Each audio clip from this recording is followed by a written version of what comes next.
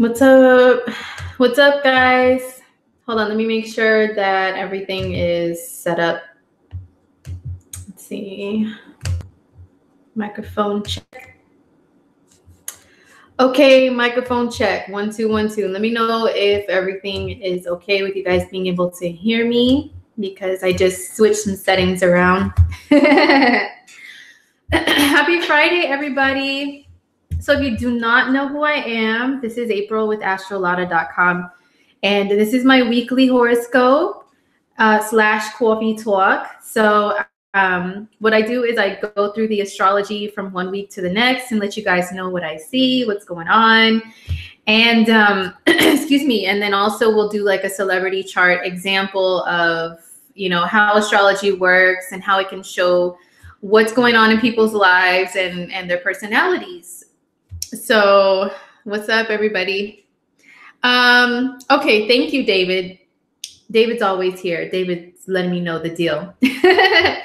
Oh, someone complimented me on my shirt. Thank you so much. Actually, all you guys can see is it says so extra, but it really says so extraterrestrial. Can you see that? There's kind of a delay, so I don't know if you guys see it. It says so extraterrestrial, and it has a little spaceship on it. Because I'm like, yeah, Uranus is creeping up into Taurus, and I am a Taurus sun. So I'm looking forward to being a little more extraterrestrial for the next 8 years. Speaking of that, the sun just entered Taurus yesterday, which was April 19th. So how is everybody feeling? Are you feeling the shift of the Taurus energy that the sun is beaming down upon us? Taurus energy is about... It's about the material. It's about our physical world around us and like really experiencing it through our 5 senses and having our 5 senses really heightened and just taking everything in, So let me know if you guys have felt the shift. Is anybody like extra hungry all the time or anything like that? Thinking about food more, wearing perfume, all of that. Let me know. Okay. Excuse me. So, I'm just going to cover a couple of astrological aspects that's coming this week and how it's going to affect us all as a collective. And I'll go through at least one of them for us, each individual sign.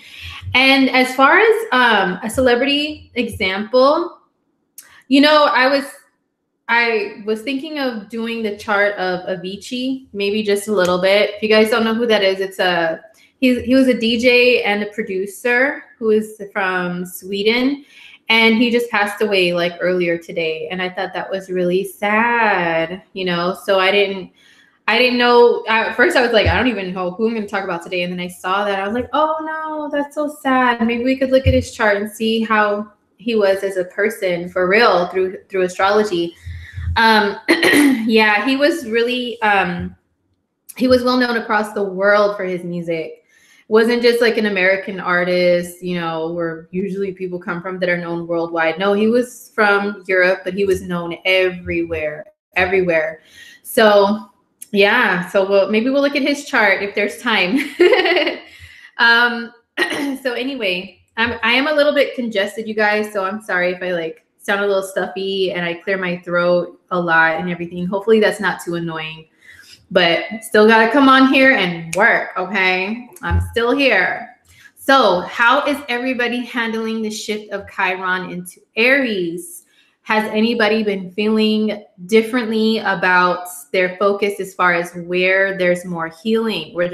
What area of their life requires some healing work? I know that a lot of Pisces people are probably relieved, even though...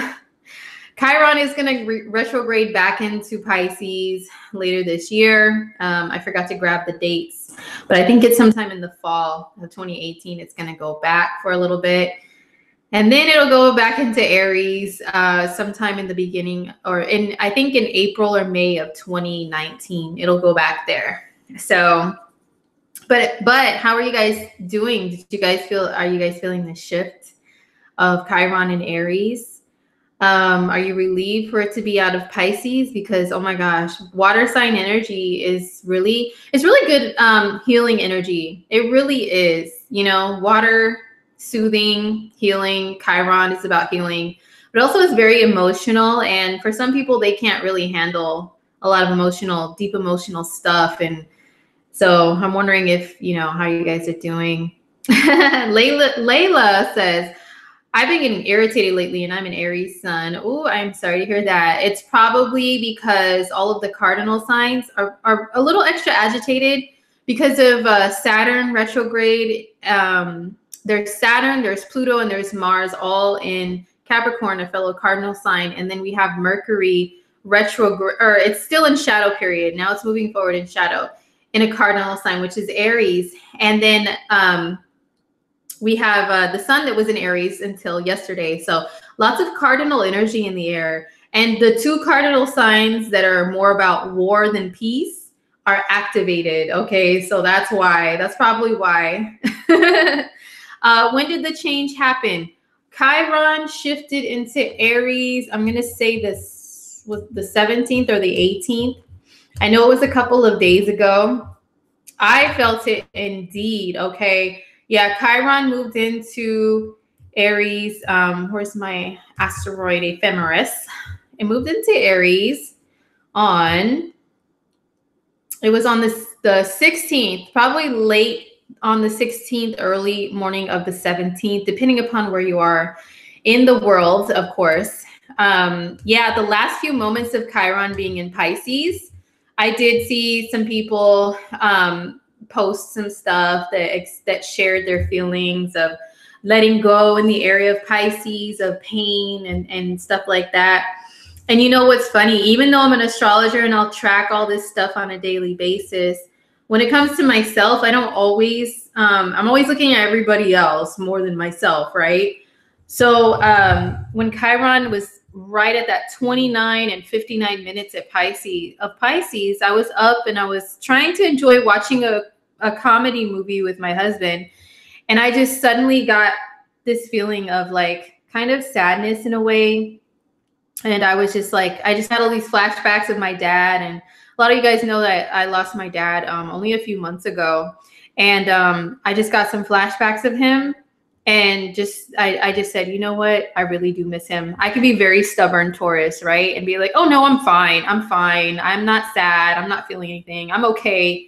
But it was just like, you know what? I forgive him for a lot of things and I miss him. And then the thoughts just, kind of disintegrated. And when I went, I was like, hold up. The next day I went to go look. Oh yeah, Chiron shifted into Aries and out of Pisces. What time was that at? When I went to go look at the time, it was during those moments. I was like, wow, astrology is so dope. It's just so amazing because of how it's just confirmed all the time through regular everyday life things, So yeah, interesting stuff. Okay. Oh, thank you so much, Jeanette. Yeah, kind of there could have been a release and a relief for some people of it shifting from one area of life to the next.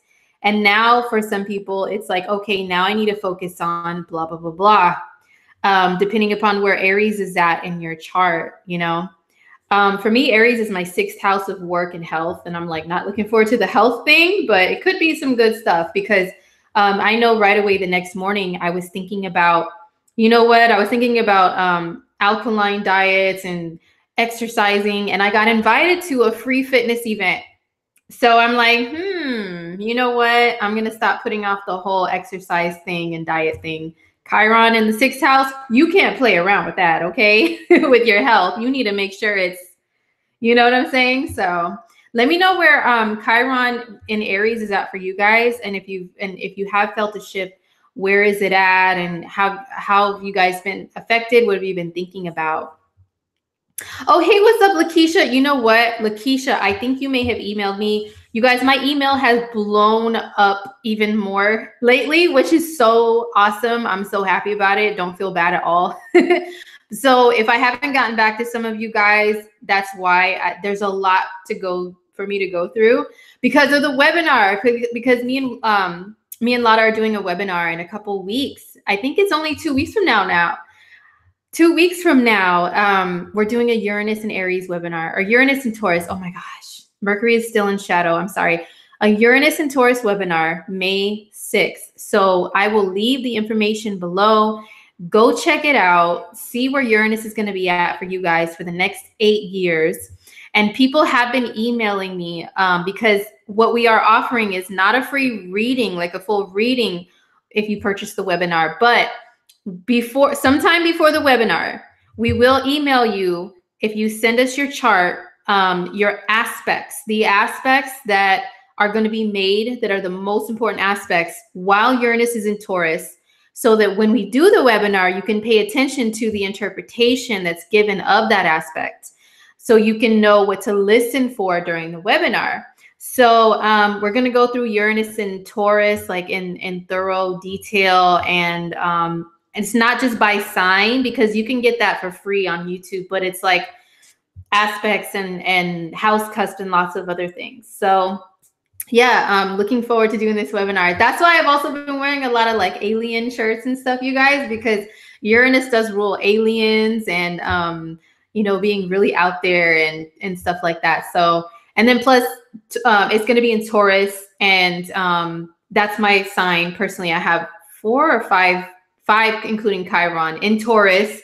So I know it's going to be bringing out more of the alien in me, you know, so I'm already preparing. And that's why I wore this little lightning bolt earring today too, because Uranus, when I think of Uranus, I think of lightning bolts. I think of lightning striking because that brings rare, like lightning striking is rare.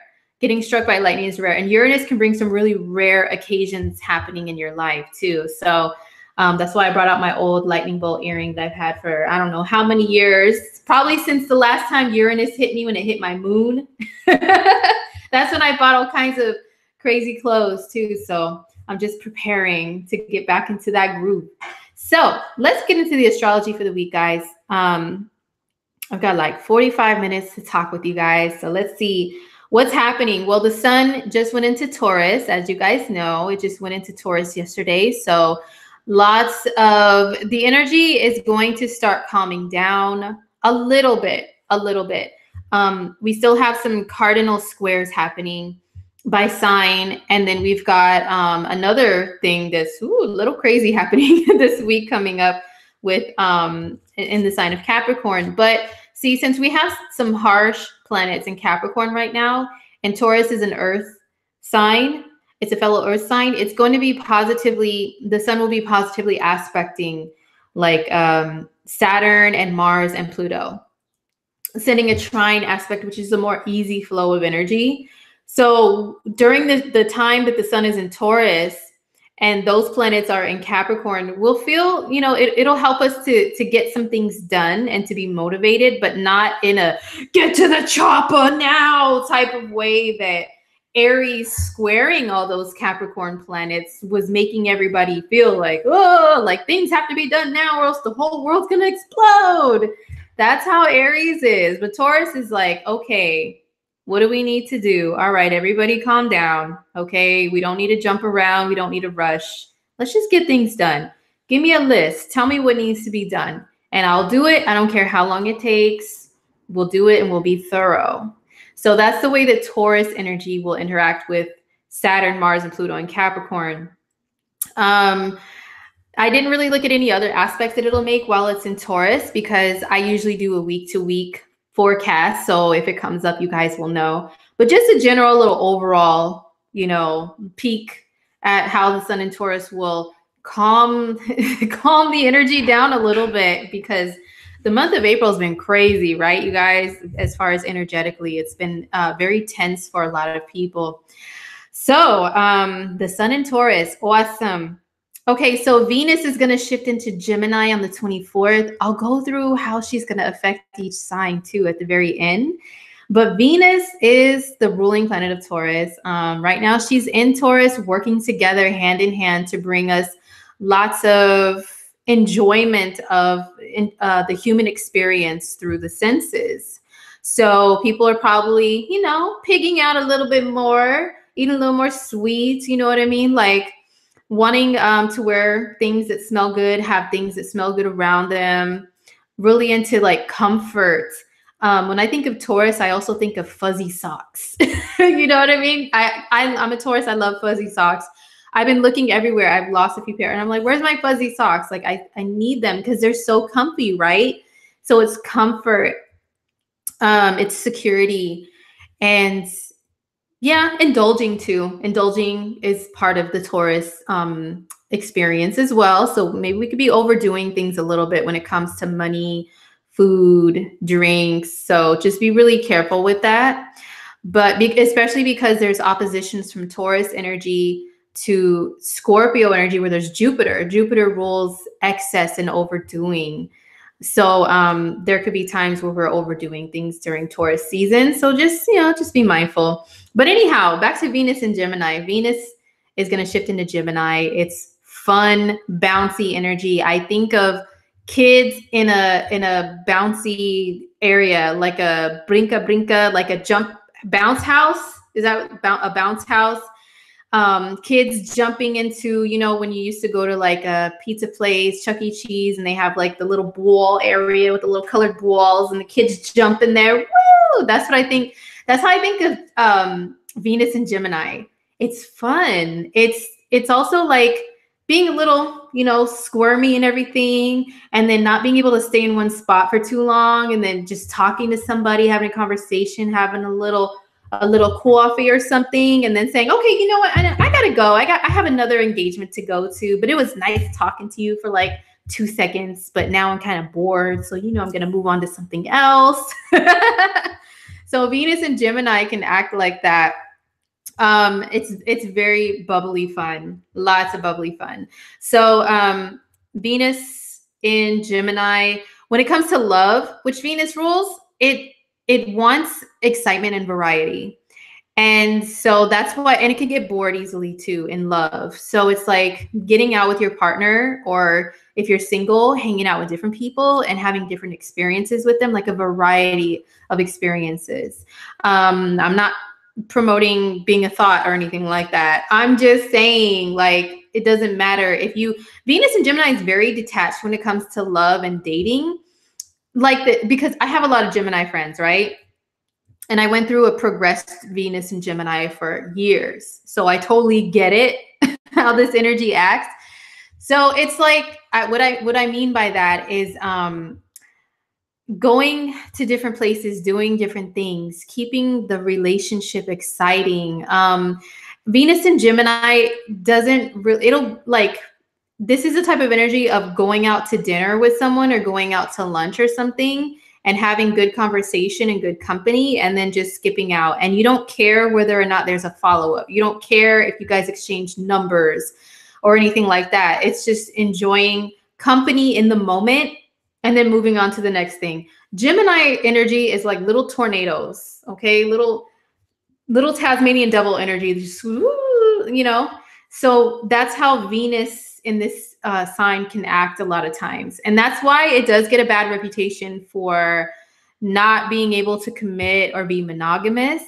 It just wants to have fun. So during the time of Venus and Gemini, I'm not saying it's going to be impossible to be committed and faithful.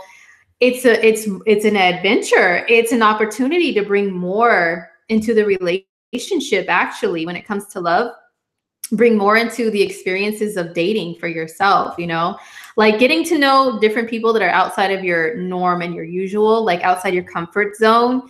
And Venus and Gemini is an energy that loves to laugh. It's like enjoying comedy and jokes and tricks and pranks and stuff like that. So it encourages us to really dive into that little childlike fun and humor and stuff. So I'm looking forward to it. I'm totally looking forward to it. Let me know if you guys are too.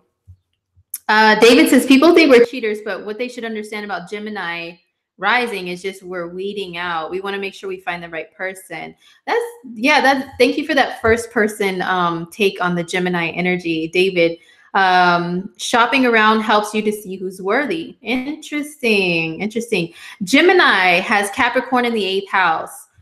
Yes, it does. That energy in itself, the 8th house of it is Capricorn. So maybe we'll go through that on a different video of what that means. But also, so that's the 24th that Venus shifts into Gemini. So enjoy that energy, you guys.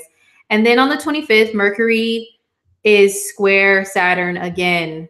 Okay, let me see the last time. Let me see when it was, what this is a repeat of, so you guys can kind of get an idea of what it may bring. So the last time that Mercury in what's it called, in Aries was squaring Saturn and Capricorn, this was at the beginning of the month, of April. I'm going to say around like the 5th. Yeah, like around the 4th, the 5th, the 6th of April. So what tensions were going on during that time between Mercurial matters and Saturnian matters, wherever Aries and Capricorn are in your natal charts? Mercury wants to just move very quickly. Saturn says to Mercury, especially being in quick moving Aries, hey, slow down, because you need to look at the details. Do you have a plan, or like an order of operations of what you're doing? Or are you just doing? Are you just thinking? Are you just saying? Because Mercury is how we speak. So Saturn will be checking people who are using Mercury and Aries on just speaking without thinking, and only speaking from one side too, you know, because it can be like that at times. So those two energies will be clashing, I guess, those two planets and energies. So yeah, it's a repeat of what happened at the beginning of the month. So yeah, just definitely be aware of that. But also at the beginning of the month, we had Mars conjunct Saturn, and both were squaring Mercury. But now Mars has moved away from Saturn and moved away from this degree to where it's squaring Mercury. So it won't be as angry. You know what I mean? It won't be as like aggressive. It may just be Saturn saying, hey, woohoo, Mercury, over here. Yeah, here, I have something I need to show you, rather than get to the chopper. So yeah, Mercury and Saturn squaring each other on the 25th. So Pinky Star says, my thoughts were all over the place during the time. I also had to guard my tongue. Oh, I hear you on that. Yeah. So actually Saturn kind of slows Mercury down, encourages Mercury to slow down. So, and then lastly, what we're going to talk about before we get into your Venus and Gemini horoscope is Mars conjunct Pluto. This happens on the 26th. It's building up in the days prior though. Okay. And then even in the days after, it's still going to be lingering for a little bit. So Mars conjunct Pluto, you know, Mars is about getting things done. It's going headfirst into things and just full speed ahead is Mars. And Pluto is an energy that can be, it's about transformation and lots of different like cool stuff, you know. But Pluto is about power, and it's about things that are like kind of dark in nature, you know. It's about Pluto does rule abuse and things like that, I will be honest. And to people that are going to get upset and say, oh my God, all this negativity. No, it's honesty, honey. Okay. I give both the good and the bad of every astrology aspect there is. So excuse me. Yeah, but Mars conjunct Pluto, honestly, sometimes it could be a combination that is not cool. Like it can be people acting, which is Mars, upon these like urges for power and to be like powerful, but like in a dark way, you know, like whoa, like evil plotting type of a power, you know, like I'll get them, and seeking revenge and being obsessive and compulsive and acting upon that. Those obsessions could be Mars and Pluto conjunct. So, you know, it's a good, what's good for this energy, the day that it is the most intense, especially on the 26th, is being able to have an extreme concentration of like power and everything and direction in one area. Wherever Capricorn is in your chart, okay, you could be really concentrated there, and you could be really like, I don't want anybody to disturb me. I have an agenda. I have a mission. I want to get things done.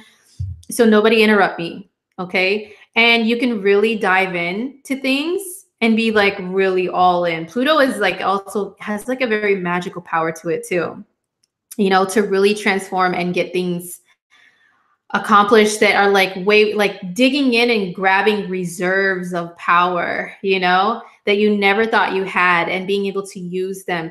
Mars conjunct Pluto in Capricorn. Capricorn is about discipline though. So maybe it won't act as wild as Mars conjunct Pluto, maybe if it was in another sign, like a fire sign, like Sag or something. But what makes me think of this is like martial arts. Martial arts, you know, martial arts, good. Let me know if you guys know where that's from. But it makes me think of that. It's like, because you know how it could be kind of quiet and it requires a lot of concentration, but it's movement and it's controlled movements too. And it can only be harmful if necessary. Okay. So think of Mars conjunct Pluto in those terms. That's how we can use the energy. But just don't go wilding out. Don't go being violent or abusive towards other people or anything like that. The last time Mars and Pluto were conjunct, I had to actually go rescue someone because I had a feeling. I saw this in their chart and I saw it in the transit, and I called them and I said, hey, how are you doing? I haven't heard from you in a minute. And they spilled all this stuff that was going on with them to me, that they were having a conflict with somebody and they were actually on their way to go confront them at the person's house. And I was like, you know what? I'm going to follow you over there. Like, I know you think I'm weird and paranoid, but I'm just going to follow you over there. And it's a good thing I did, because let's just say there was some, you know, violent tendencies that happened and the cops had to be called, and it just got kind of crazy, but everybody was okay. But it was still like the other person involved tapped into that energy in the wrong way to try to abuse their power and their energy, like putting it like enforcement and being forceful and stuff like that. So yeah, nobody was hurt, thank God, but still, you know, keep an eye out for weird on the 26th, around the 26th, or people trying to be too manipulative with their actions and stuff and forceful. You know, don't be forceful with people. Just still try to be calm on that day. Please, you guys, I don't want to hear about nothing crazy. Okay. All right. So what else is going on? What else is going on? Oh, and these two energies, I think, will still be squaring Uranus too. They may still be squaring Uranus, which can cause some like sudden, unexpected things to pop up. So just use the energy wisely and gently. Okay. All right. All right. So let me see what you guys are saying, and then I will get into your Venus and Gemini horoscope. So this is the cup I have today, of course, because the sun is now in Taurus.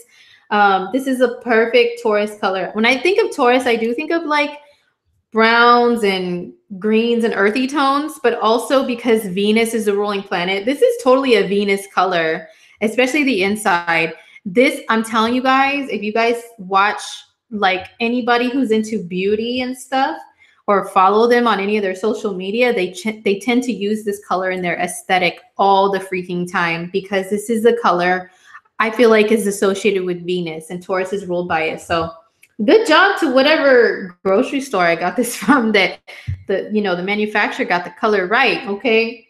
Because sometimes, have you guys noticed that when there will be products made that are based on the zodiac signs, the colors don't seem to really match with the energy of the sign?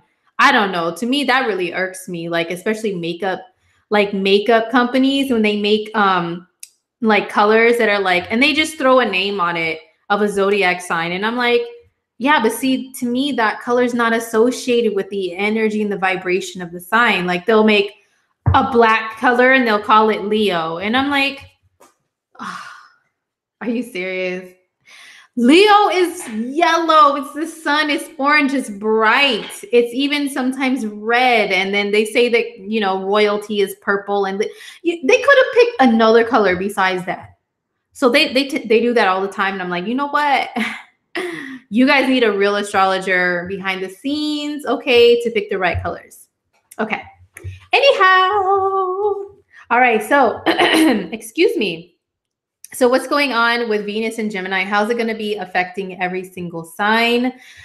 Venus enters Gemini on April 24th, 2018, and she will remain there bouncing around, giving us some fun and some variety until May 19th of 2018. And then she'll shift into Cancer, and then we'll all start crying and wanting food in our mommies again. So Venus and Gemini for every sign. Okay, so for Aries people, this is in your third house. So this is extra uber bouncy, fun, flirty energy for Aries people. What a break, right? From all the intensity, all of the seriousness that's been going on. Now it's in your third house. The third house is how you communicate as well.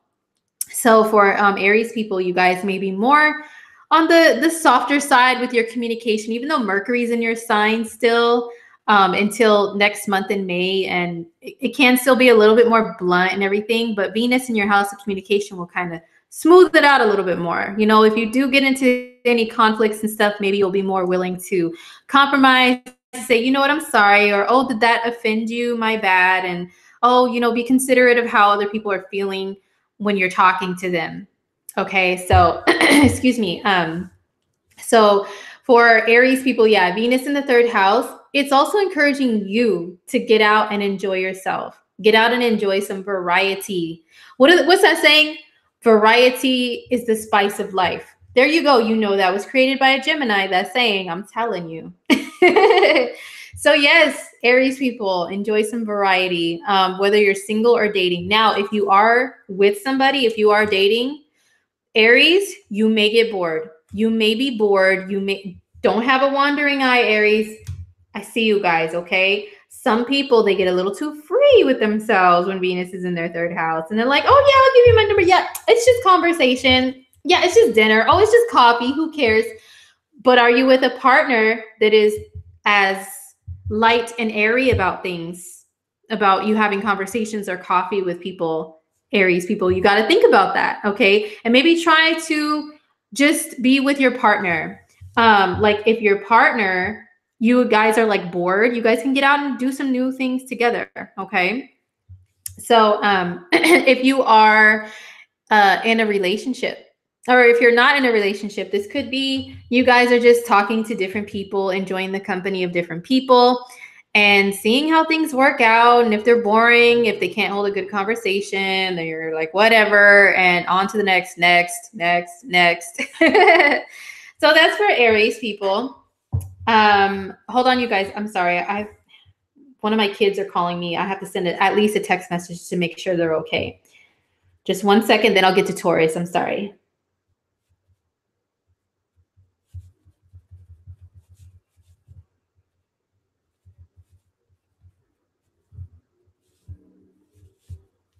Okay, sorry about that, you guys, but thanks for being patient.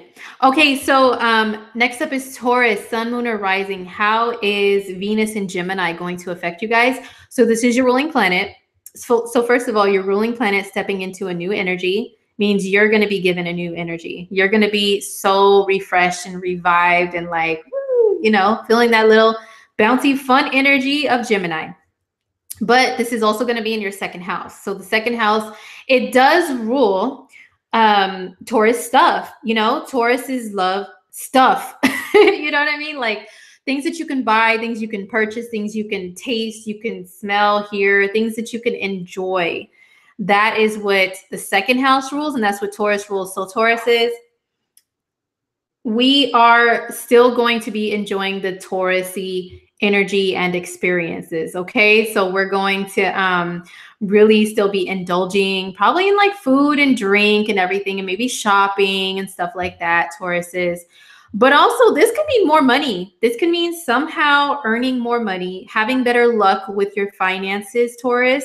Could be Venus bringing that into here. We could have, for Taurus, is maybe a raise. Wow, speaking of, thank you to Curious Cat Dog for putting some super chat money donation to the Lada channel. Wow, thank you very much for that. I will let Lada know that you are donating that. But anyhow, yeah, so for Tauruses, more of that. But yes, we could be earning more money. This could be also through your own efforts, okay, because that's what the second house is. So it could be you getting a second job, getting a new job that pays more money. This could be something along those lines for Taurus people. So like more money in some kind of way. Or it could be spending more money. You guys would be tempted to do that too, you know, more indulgence. So just try to keep the indulgence under control. and the spending and everything, if you have to. I mean, if you live the lifestyle to where it's cool and it doesn't affect you and doesn't phase you, then by all means, enjoy yourself. But if you're on a budget, Taurus, you may be tempted, okay? But yeah, hopefully you guys get some more money, you get a raise, second job, you know, maybe creative talents that you have, maybe you can start profiting off of them on the side, you know, as another type of a job. So yeah, that's for Taurus people, more Taurusy stuff for you. And also, I have seen people sometimes receive a gift of cash when Venus crosses over their second or their eighth houses. So you may receive something like that too, Taurus. So best of luck. Okay, so Gemini, sun, moon, or rising, how's Venus and Gemini affecting you guys? So this is going to be in your sign. So, okay, Gemini, okay. You guys are going to feel extra attractive. You're going to want to keep that feeling up by making yourself appear extra attractive. So sometimes some of you guys may be actually going out to get new hairdos, new clothing, new something that you decorate your body with to make it appear more attractive, or maybe even buying a new perfume or cologne or something. You know what I'm saying? You don't even have to do that though. With Venus in your sign, you're just naturally going to be radiating this beautiful Venus energy off of you. And people are going to be like, wow, Gemini, you're looking good, extra good. You're so this, you're so that, like complimenting you. So yes, it's a very sweet energy. It sweetens up your life, at least for a little bit, when Venus is in your sign. And yeah, you will be attractive, maybe attracting people to you. So if you are single, you're trying to attract people, this is a really good time where you may have a little bit better luck. If you're in a relationship, your partner may be paying more attention to you. You know what I'm saying?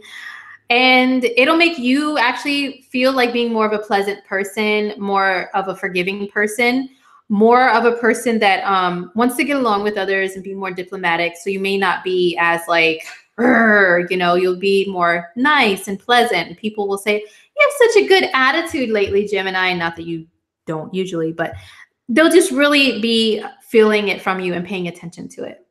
Okay. All right. So next up is Cancer. So Cancer, sun, moon, or rising. How is Venus and Gemini affecting you guys? So this is in your 12th house, Cancer. So this is going to be in a more private, quiet area.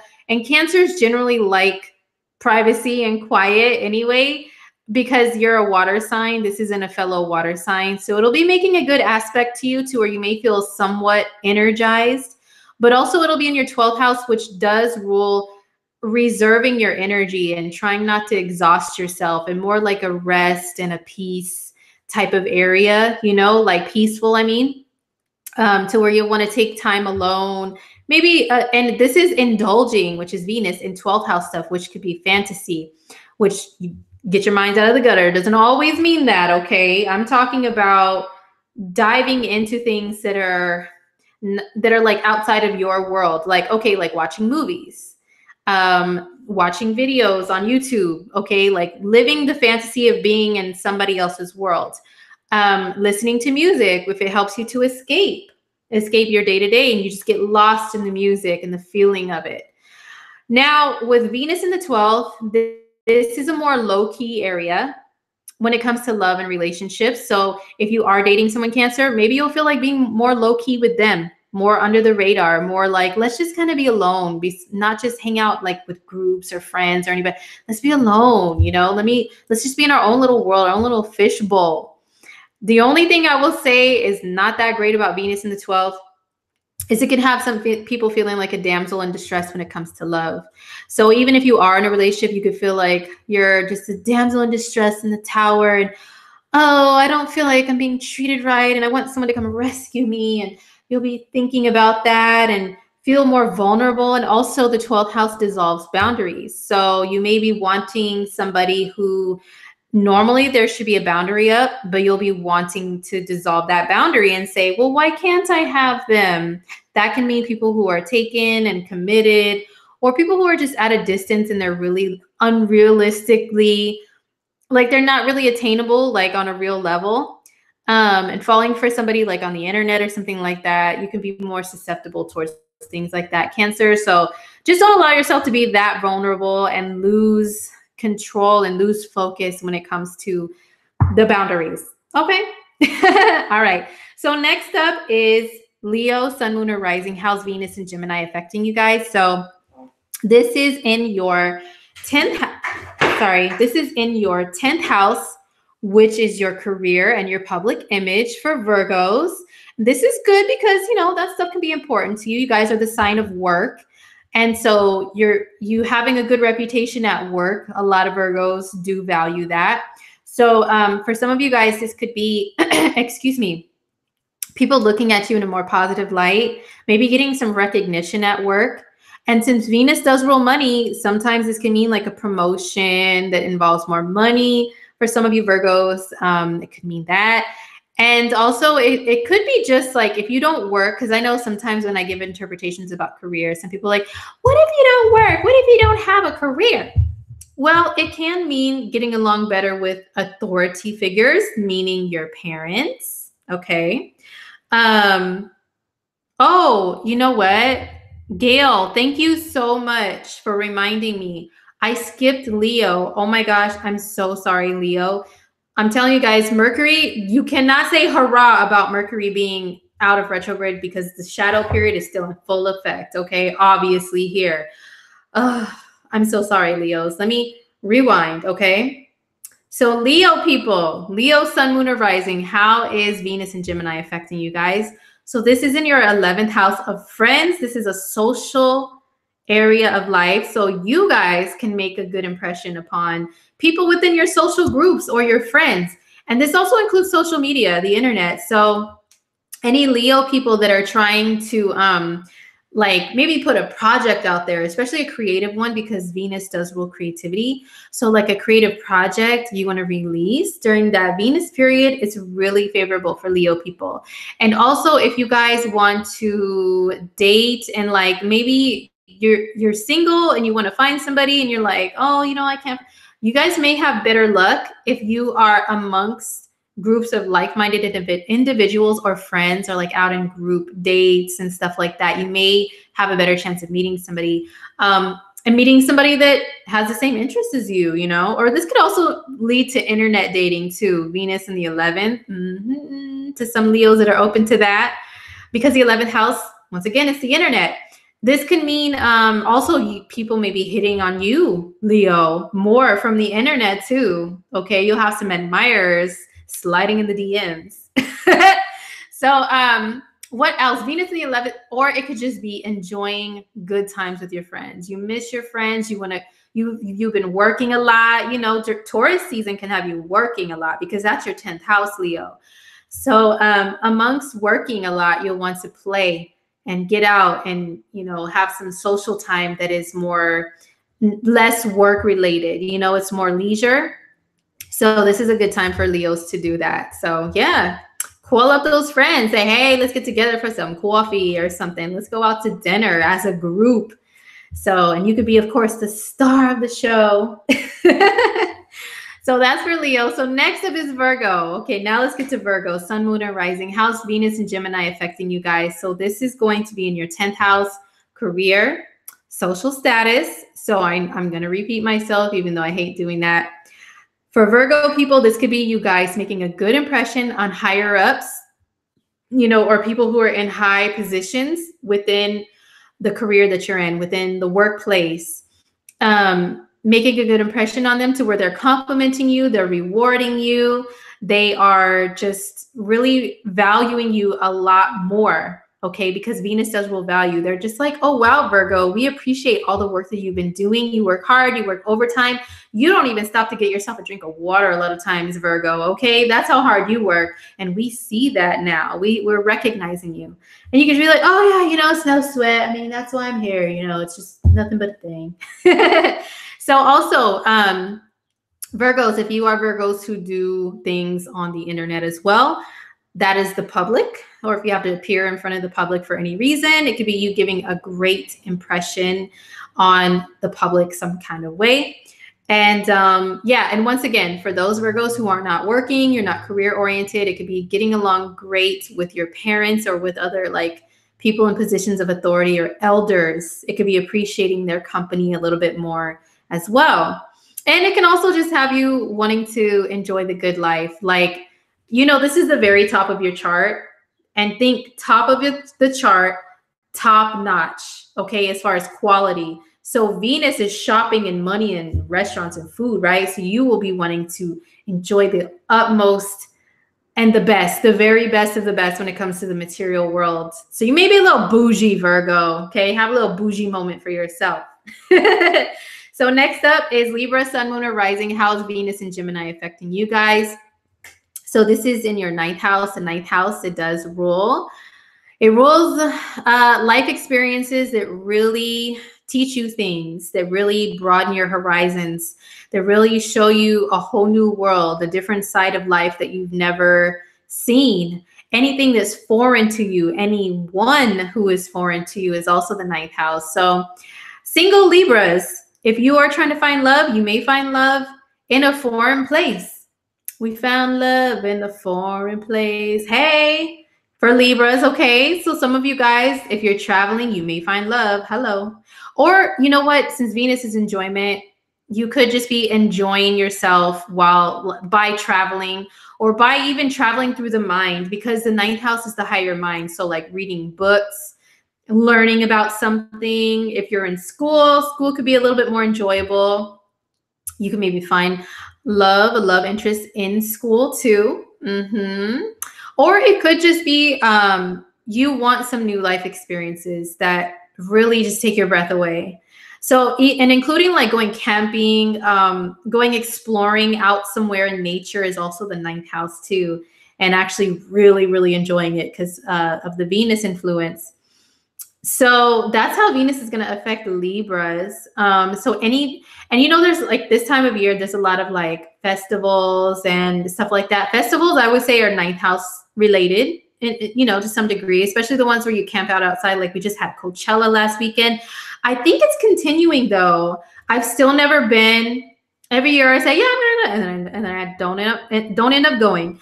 But anything that's Coachella-ish, anything that is like getting outside, seeing a lot of things and a lot of people and nature and stuff. So you guys may be enjoying much more of that for Libras. Or just be adventurous in love, or just be adventurous with your food. You know, enjoying foreign foods. If you're a Libra and you're a homebody, you just want to order in from a foreign restaurant, you may be doing that. So next up is Scorpio, Sun, Moon, or Rising. How is Venus and Gemini affecting you guys? So this is in your eighth house. The eighth house, oh my goodness, and I got to speed things up here if I want to try to get into a chart. But anyhow, so basically this is money. This is also money that you receive from other than your own efforts, other than you working. So Scorpios, you could receive possibly a gift of cash. You could receive a loan. You could receive your credit card limit raising up during Venus in the eighth house. You can also have more great intimate experiences and bonding with people on a very deep soul level. This is the house that rules Scorpio. So it's you enjoying yourself in your element. And this can also have you dressing in more black, wearing dark makeup if you wear makeup, enjoying things that are taboo, like watching those shows like Snapped, or oh my gosh, what's another one like that? Like those relationship ones where things go terribly wrong, like Deadly First Dates or something like that. Looking at more of those things online too, or wanting to watch scary movies, you know, read books that are kind of scary or taboo topics.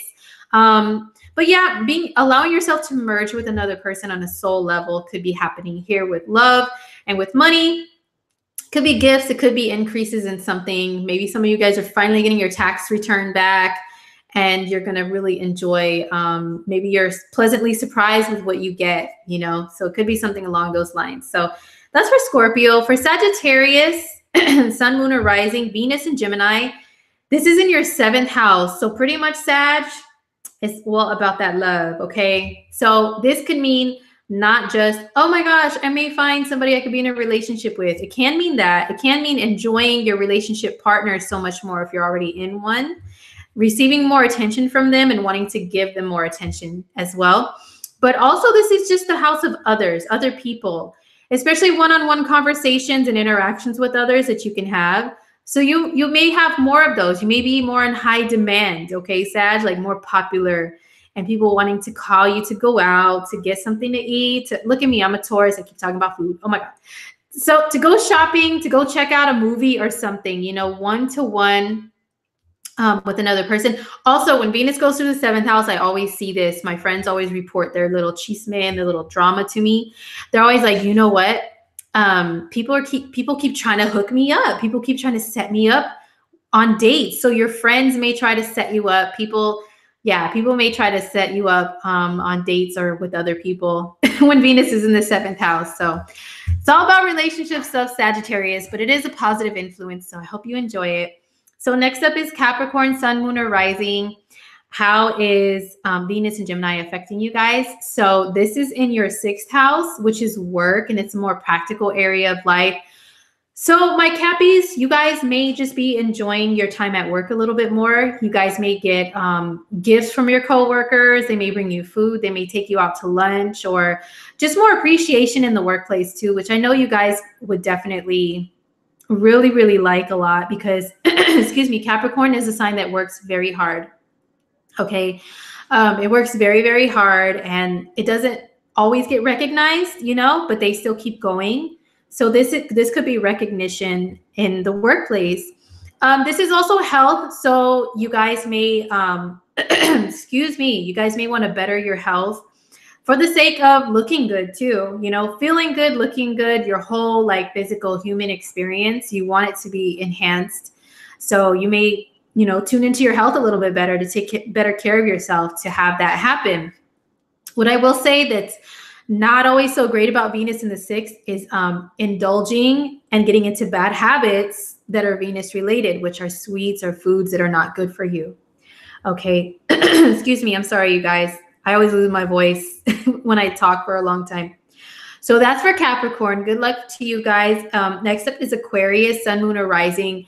Venus and Gemini is going to be your 5th house. So you guys are another sign that may enjoy dating a lot more, like have more dating prospects, get more attention in the dating field, you know, go to fun places with dates, or even without, it doesn't have to mean dating. Like you just want more fun experiences in your life. Whatever you find fun, Aquarius, you're going to want so much more of that. You want your heart to be, like so filled with so much joy. That's the 5th house. So Venus there is going to bring more of that to you.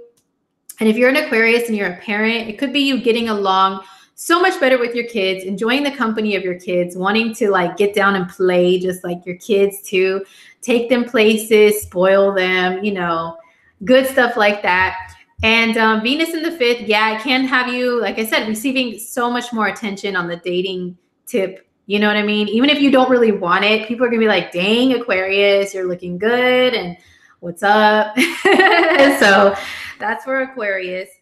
So Pisces, Sun, Moon, or Rising, Venus and Gemini is in your 4th house. This is you guys enjoying more time at home, okay? This is low key, and Pisces tends to be kind of low key. So this is you guys being more with your family, possibly hanging out with your family. This is also enjoying really rich foods, especially because the 4th house is your roots. It's where you come from. So this could be you guys enjoying, excuse me, or craving more of the food from like your country of origin, or even just like family recipes. Like my parent used to make this, my grandparent used to make this. I kind of want that, you know, because that brings comfort to you through nourishment, which is Venus. So, excuse me, this can also have some Pisces people wanting to beautify your home. And you can't stay out of the stores, you know, but even if you just simply go to Target to buy like some milk, right? You'll be looking at the little home decor section a little bit more, Pisces, and wanting to invest in that stuff. Like, oh, this would look cute here. This would be cute there. And maybe redecorating or renovating your home, but like in a softer way, not necessarily raw, knocking down walls like Mars, but like just rearranging things to make it look more pretty, more pleasant. And the energy there to be like so enjoyable. Like candles, Pisces, we love candles, don't we? So you guys may be buying some candles, more candles. Ooh, that reminds me. I got a coupon for Bath and Body Works, and I'm a Pisces moon. Yes, you better believe I'm going to be going there next week. So that's for Pisces. So that was Venus and Gemini through the signs. I hope you guys enjoy that transit. It lasts for a month or so. So very quickly, you guys, just very quickly, I am running short on time before I've got to handle all kinds of children's stuff, you know. But let me show you guys the chart of Avicii really quick. We'll just point out a couple things. I haven't even looked at it because while I was preparing for this show is when I saw the news about his passing. So if you don't know who Avicii is, he is a house and EDM music DJ and producer. There are a lot of his songs that are popular on the radio and are worldwide, international, okay? So he was appreciated by lots of people all over the world.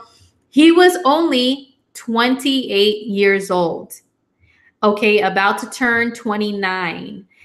Now, unfortunately, he has joined the list of famous people who didn't make it past their Saturn return. He has Saturn in Capricorn. Where is Saturn right now? It's in Capricorn and it's retrograde. We do not, as of right now of me doing this, we do not know how or why he passed, okay? We do know that he had some health issues. He had acute pancreatitis, which was actually a result of his party lifestyle. And why could he have had that issue? Well, he has a Sagittarius moon, and Sagittarius, it rules the liver area, and it rules like organs in that area of the body, but also Sag could be overdoing it, overindulging, and you know, like liver function and other organs around the liver not functioning like in a chain reaction, you know what I mean? Because of excessive drinking or smoking. A lot of times that happens, or eating bad foods, you know. So they just said it's because of his lifestyle that he had that health issue. And that he stopped touring. He stopped touring in 2016, and that's when Saturn was probably crossing over his moon. We don't know the degree because we don't know his birth time, but Saturn was more than likely crossing the moon, or it was in the same sign, so it affected him and made him stop. And Saturn restricts as well as teaches lessons. So it was teaching him some lessons about Sagittarian stuff, which is doing things in excess, okay? And yeah, so his Saturn return plays a big part. And also, where is Saturn right now? It just went retrograde at 9 degrees of Capricorn. And that's where his Neptune is. Neptune, it rules drugs and alcohol and escapism. And so we still don't know how he passed away, but sometimes when people have Saturn here crossing their Neptune, they could, if they had any type of issues with addictions to anything, okay, especially substances though, it could teach a hard lesson, a very hard lesson about it. So, you know, who knows what could have happened to him, but there could have been some Neptunian combined with Saturnian reason why he passed away. But he was a really great musician, you guys.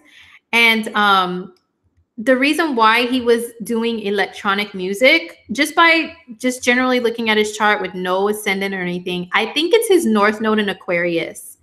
And I think also an eclipse on his North Node could have attributed to this being just a time where it was time for his spirit to leave the earth and go back to the spirit realm. Sometimes eclipses on your nodes can lead to that. Not always, but sometimes it can, you know, because this is karma. This is the karmic like portals and windows opening in your life. So it opens something up to where, you know, he just had to leave, I guess. But this is also a ruler of electronic music is Aquarius for sure. Most definitely Aquarius rules electronic music. So part of his life's destiny was to be here to bring that type of music to the world. And with him having planets in the sign of oh my gosh, what in the world? Okay, that was annoying. I'm so sorry. Mercury's still in shadow, you guys. With him having planets in Virgo, Virgo is a sign of the perfectionist. So, and with perfectionism, and his sun made a trine to Neptune. Perfectionism combined with Neptune, which can rule music and divine creativity, is what made him really good. It's some of the aspects that made him really, really good at the music that he created. And then also having Mercury in Libra. Libra is a sign that's ruled by Venus, and Venus rules the arts. So that's why that could also contribute to him being a great musician. And his Mercury, it does make a square to Neptune, but that's still Mercury square Neptune people. I have seen some really dope DJs have Mercury square Neptune. Several of them do. It may not be a good aspect to have for practical things in everyday life, and even for like being honest all the time. Sometimes they have issues with that. But this aspect is really good for doing music with your hands, being a musician that plays an instrument, and the turntables are an instrument. I don't care what anybody says. Okay. So Mercury square Neptune could have been contributing to him being a great DJ as well. And then Saturn gave him the determination to anchor down his Neptunian talents that he had and use this as Saturn can rule career and work, and Neptune is music. So a lot of people from his generation are really good musicians, especially when it comes to doing things electronically or online. This combination here is really great with bringing newness to the world with their talents, using technology and stuff, you know? So that's it, you guys. That's all I have the time for. So rest in peace to Avicii. It's so sad he had to leave us. So if you guys would like me to talk about anybody in particular next week, don't forget you can leave it in the comments of the video, or you can email me on Astrology. So don't forget to check out the webinar that Lada and I are doing on May 6th on Uranus in Taurus. Shifting into Taurus, going to be affecting us in that sign for 8 years. How will it affect us as a collective, by sign, by aspect, by house, cusp, by this, by that? We will cover all of that. So if you want to know in detail, it's 30% off until May 1st. Okay, so you guys have a little more than a week to get it at a discounted price, and then it'll go up after May 1st. So, and don't forget, I will, if you email me sometime before the webinar, I will give you your aspects to listen for in the webinar, like a little personal transit thing. Okay. So thank you guys. I'll see you guys next week. I've got to go and pick up some children's. So have a great weekend. Have a great week. Utilize Mars and Pluto gently around the 26th. Okay, please. All right. Take care, you guys. I'll see you guys next Friday to talk about the full moon in Scorpio. All right. Peace out.